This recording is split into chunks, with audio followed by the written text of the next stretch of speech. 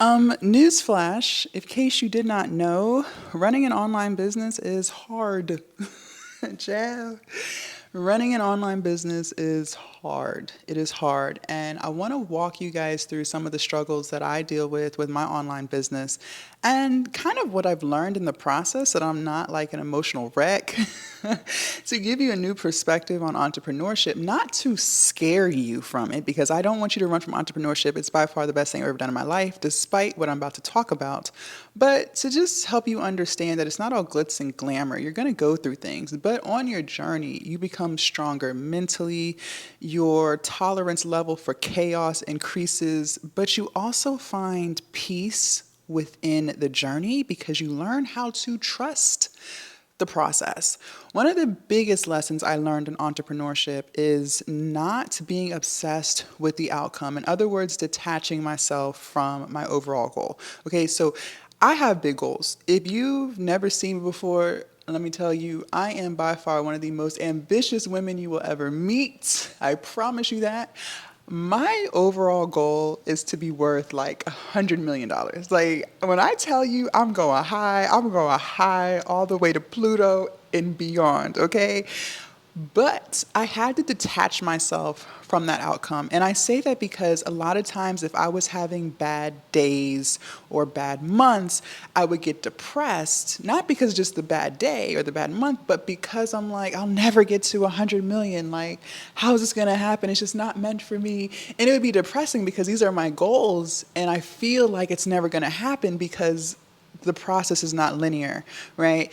When you're an entrepreneur, if you don't already know, you're going to have good days, good months. You're going to have bad days, bad months. Some months you might clear 10K, you might clear 20K, and in other months, you can barely make two. Okay? It is like that. But the only way to overcome it is by detaching yourself from the outcome. Now, once I learned that, once I knew, okay, as long as I just plant the seeds, show up every day, do the best I can with what I have in front of me today, I know that these seeds will eventually blossom, right? I know I will reap the harvest at some point in time. I don't know when. I'm not sure. I need God to hurry up, right? This rent got to be paid. But I know that it will eventually happen. See, the problem is a lot of times we give up. We give up so quick, fast, in a hurry. Been there, done that.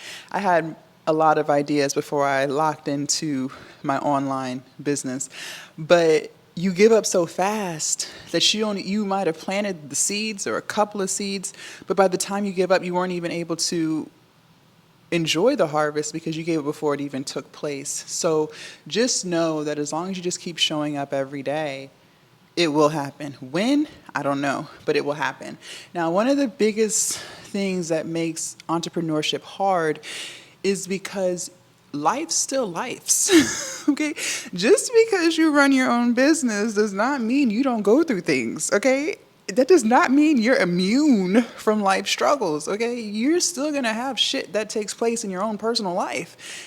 And despite that, you still got to be on your SHIT when it comes to your business, because if you are not, that business will go down, okay? And that's your money, that's your livelihood, that's them bills, that's your dreams.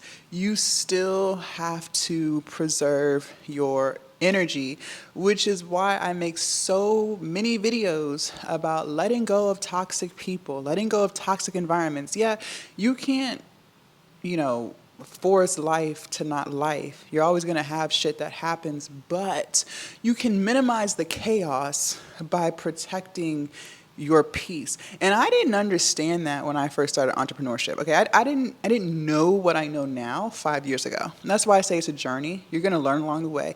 You're going to get better as you progress.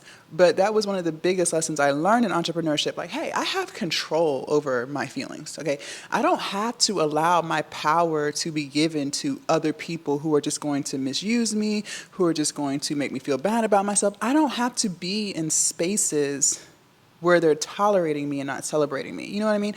And so once I took back my power and I decided, you know what?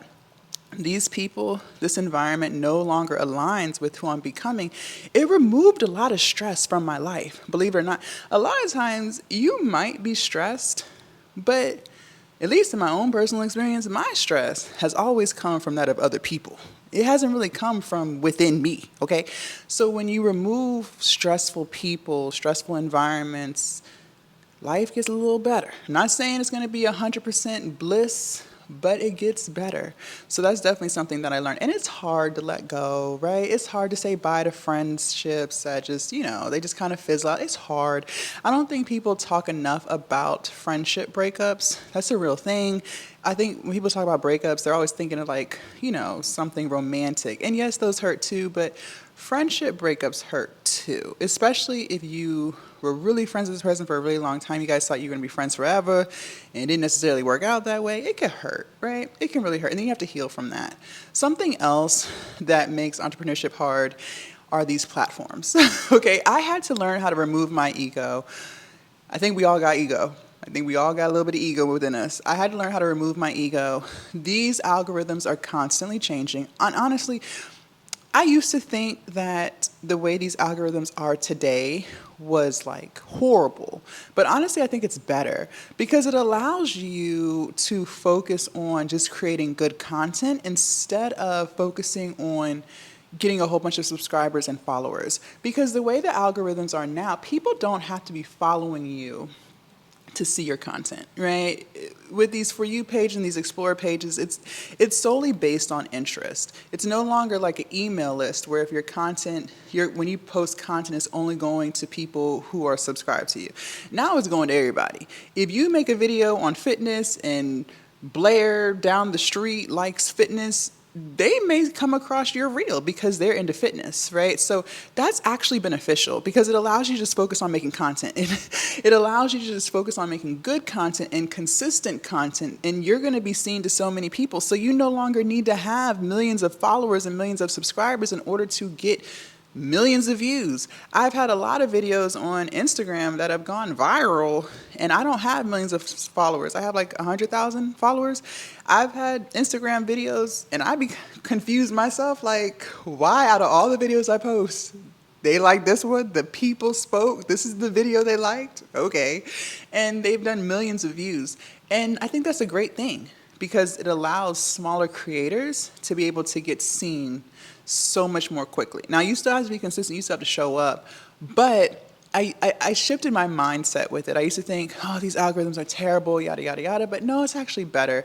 And that also means you have to be more consistent. So that's why I think it's still a struggle in a sense because you have to post.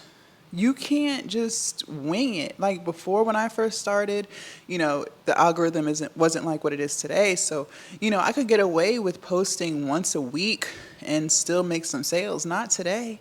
Not today. You have to be consistent as hell. And, your favorite creators, they're posting every day. They may not be posting a long form YouTube video every day, but they're posting on Instagram every day or multiple times a day. They're posting on TikTok once a day or multiple times a day. So that makes it hard too because you have to continuously show up. Now, I repurpose content a lot. I repost a lot of content. I have so much content in my phone, but it's still hard because some days you're just like, dang, I don't want to post. But it's like, but you want this business, right? So it's like, you got to post, right? And then the last thing I would say when it comes to entrepreneurship is just trying to find like-minded people. It's hard. It's hard because a lot of people, at least from my own experience, again, in any video that I talk in, you guys just know, this is just my own personal experience. I'm not saying this is for everybody. But it's hard to find like-minded people. In my own personal life, I've come across people who act like they want a business, right? I don't know if they're saying that because they know that's what I do, so they kind of want to feel included, or if they do really want it, but the version of them who they are today, it's just not aligned. Like they still full of excuses, they procrastinate, and that's cool and all right. We're all on our own journey, but I would love to be around other like-minded people. People who are also working on goals. I learned, at least from the people I've interacted with, most people aren't trying to be their best version. Most people are not trying to be better today than they were yesterday, right? And it sucks because you start to feel like the black sheep, right? You start to feel like the oddball because it's hard to find people who are leveling up, who are focused, who aren't full of excuses, who make things shake, right? It's hard to find that. And it can be kind of lonely. Like, I'm not going to sit here and lie. Like, sometimes I'd be like, dang, I wish I had some girlfriends, we could go do XYZ. Right. I'd be lying if I said it's not lonely sometimes. It is. Don't get me wrong. I find a lot of peace and joy in my work. I love what I do. But every now and again, I would love to go out. I don't drink, but I would definitely go sit at a happy hour, get some food, right? So it's lonely. It's definitely lonely. I don't think everyone that you meet is going to get you. They're not going to understand. They might be a little intimidated. And so just, at least in my own personal experience, it never really worked out, right? We were never really aligned. So, now do I regret entrepreneurship? Not at all. No, not at all. And that's why I really don't like to make these type of videos, because I'm not trying to like talk you out of it. I'm really trying to talk you into it, believe it or not. Because I don't want you to take one thing that I said and be like, oh, this is my sign. I shouldn't start this business because she just said this. Look, look, look. You know what I mean? But I do want to just shed light on some of the things that you deal with when you are an entrepreneur. But again, I wouldn't trade this for the world. I love what I do. I love what I talk about. I show up for this every single day.